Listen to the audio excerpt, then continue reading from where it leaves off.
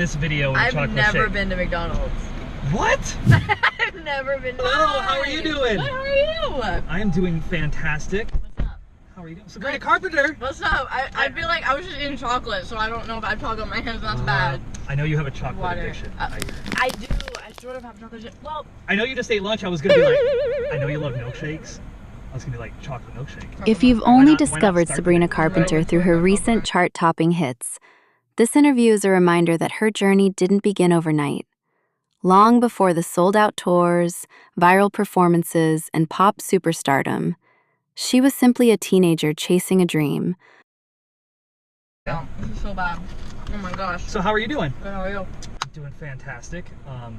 We're going to drive around Dallas, and I'm going to try not to get us lost. Okay, great. That's I'm excited. Yeah, Is that let's good? do it. Let's introduce the person hiding in the back. This is Grant. Grant, just in case you end up on the video. Okay, but also I have the seatbelts first so we can be safe. I am doing good. So I tweeted last week saying that I was going to be driving around with you and asking your fans for questions, right? While trying to balance acting, music, and everyday life. One of the first things that stands out is how surprisingly down-to-earth Sabrina is. While most celebrities her age couldn't wait to get behind the wheel, she openly admits that she never learned to drive because she wanted to be a responsible driver instead of rushing into it. It's a small detail, but it perfectly captures the way she approached her career as well. And I had no idea about this. You don't drive. Aww. And like the comments were hilarious. They attack me for it. So you're obviously old enough to drive. Yes, obviously. Well beyond old enough to drive. So do you choose not to drive, or do you just not like driving?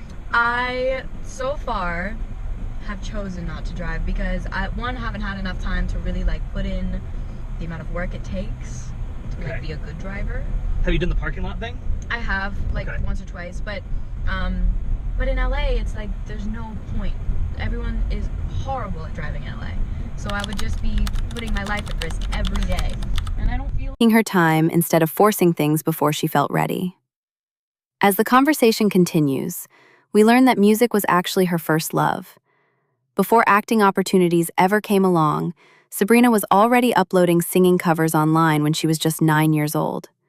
Songwriting soon followed, with her writing original music by the age of 10 and professionally working on songs by 13. It's easy to look at successful artists and assume they appeared overnight. But hearing like doing it. I mean, I guess we always are, technically. But yeah, so I haven't done it yet, but I'm determined to do it this year. I've been studying. So it's a goal? It's a goal, for sure. Okay. Yeah. And now it's like long awaited, so I have to do it. And they'll be so proud of me, I think, at that point. You're doing everything right now. Everything. Like, so I'm looking up, you know, I'm not gonna lie, I looked up your wiki. Oh my gosh. There is some crazy stuff on there. I had no idea that you were in Orange is the New... Oh, distracted by a dog. I'm sorry, I'm distracted by dogs. Orange is the New Black. Yes, so you were in that. You've done Law and Order. Obviously a ton of stuff for Disney, including, you know, the remake of Boy Meets this World. reminds us just how many years of work were happening long before most people even knew her name. Although many fans first recognized her from Disney, Sabrina explains that acting wasn't something she originally planned for. She never had years of formal acting classes. Instead, it became another creative passion she discovered along the way. Music, however, always felt natural. It was never Boy Meets World. Yeah. What came first, the acting or the singing? Well, if you look on my YouTube channel, I started posting covers when I was 9. So music came first. Acting was never something I really knew how to do, and I didn't like take classes. I did like summer camps where there was like theater programs and stuff like that, but I never really knew like what I was doing or how to even control myself. And I think that didn't come till later. But it was like finding a new passion when you don't realize that you can do something and then you do it. And I was so young at that time, but singing was something I never had to question, and music and writing was something I never had to question. Something she questioned. It was simply part of who she was. One of the most interesting moments comes when she talks about creating what would eventually become her album, Singular. At the time, fans were wondering why the album was taking so long. Instead of rushing it, Sabrina reveals that she'd spent nearly 2 years writing, while also touring and filming other projects. She wasn't chasing a deadline. She was trying to make sure every song belonged together. That's a mindset many artists struggle Loved it. When did you start writing? I started writing like professionally when I was like 13, but No big. Professionally when at I was 13, no big deal at all, right? No, but when I was like 10 years old, I started writing songs. Okay. Yeah. And performing Whoa. as somebody tries to go the wrong way down the road. Whoa! You never know what you're gonna get. At least it wasn't me. Yo, it was not you. You're driving very safely. Performing. When did I do my first performance? You know, it's so funny. Like, I just remember being like 8 and 9 years old, singing karaoke at like, you know, when I was with my family and like family reunions, and everyone just had way too much alcohol, so they were so fascinated by this little 8-year-old singing karaoke, and like that was so encouraging for me to be around like adults that with today. In an era where everyone expects constant releases, Sabrina admits she'd happily release songs immediately if she could. But she also understands that timing, production, and the business side of music often require patience. Looking back now, knowing how her career evolved, that patience clearly paid off. Another fascinating part of the interview is when she discusses her influences. Rather than only mentioning current pop stars, she credits legendary performers like really, you know, believed in me and were like, you know, keep doing your thing. Like, most of the time when kids are singing, it's like, okay, stop, you're annoying. And people were never like that to me. They were very, very kind and very supportive, so. You're working on your third album right now, Singular, which comes out later on this year. The first song is Almost Love. Yeah. You just dropped the video for that not too long ago. Yeah. How does this project differ from, you know, your early stuff? Because I know a lot of people, when they first heard the song, myself included, I was like, this is a different Sabrina. Especially when the music video came out, I was like, okay. Yeah. Sabrina's making a statement with this. Yeah. I mean, I think the song itself kind of required that, just because it was such a different, a new sound. I shouldn't even say a different sound. like Etta James, Judy Garland, and Patsy Cline for teaching her the importance of stage presence and storytelling. Then, of course, she jokes that after seeing Beyoncé perform, there's really nowhere else to go because Beyoncé sets the standard for live entertainment. Those influences explain why Sabrina's performances have always felt theatrical instead of simply being concerts. Even years before becoming one of pop's biggest names, she was already thinking about performance as an art form rather than just singing songs.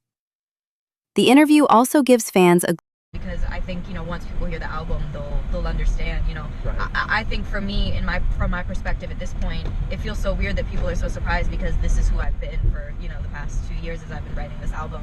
But now that everyone's hearing it, it's a little bit of a departure. And with the video and with the visuals, you know, it's a new side, but it's a side that's always been there because, you know, I was a dancer growing up my whole life, and my mom was a dancer in a company, and like my whole family was very much around performing.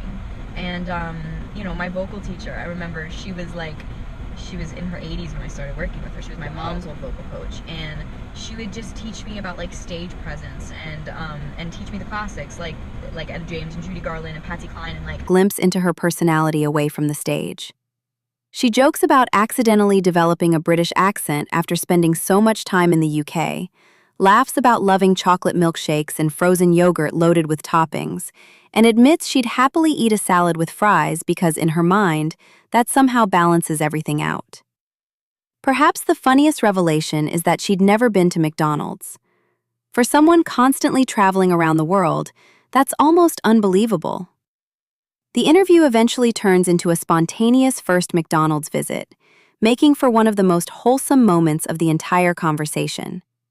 It's not some glamorous celebrity event. It's simply two people laughing over chocolate milkshakes.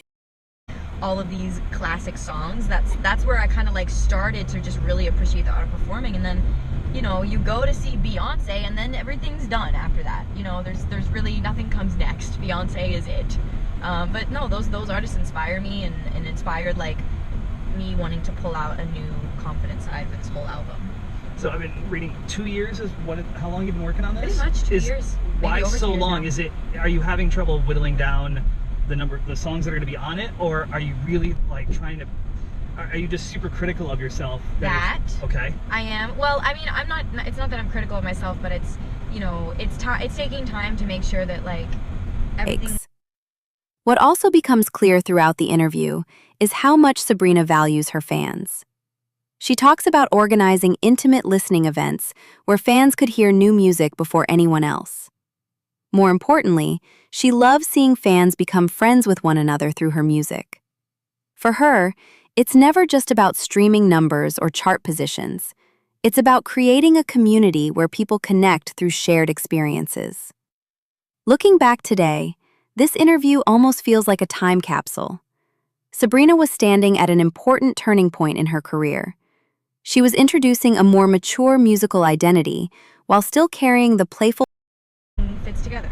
And I guess I didn't realize that it was 2 years because I was on the road at the same time, and then I was filming different projects. So for me, it just felt like I was writing my album and whatever time. It didn't feel like it was taking a long time because I was also releasing songs in between. And so now at this point, the fact that it has been 2 years and I've had a plethora of songs to choose from, I'm excited for everyone to see how it's ended up. And there's so much that I still have to finalize and perfect. Well, but props to you, because I can't sing, dance, or do any I can't do any of the things that you can do, basically. But I would be so in a hurry to get it out because I'm such an impatient person. Let's also not forget personality fans already loved. At the time, no one could have predicted just how massive her career would become over the following years. What's especially interesting is how many qualities that define Sabrina today were already visible here. Her sharp sense of humor, her attention to detail, her dedication to songwriting, and her refusal to rush creative decisions simply because people expected new music. Some of that is also not in my power. And I would leak my songs yesterday if I could. That's, I think, the problem that I feel like a lot of artists then struggle with is I don't like the songs sitting in my email. I want them to sit in your music library. But it is, sometimes it is the right timing and whatever that is. But yeah, they'll definitely be coming out soon if I have anything to do with it. So you're talking about your family and your mom. Everyone in your family is pretty much in the entertainment industry. It seems like anytime I read about you, your aunt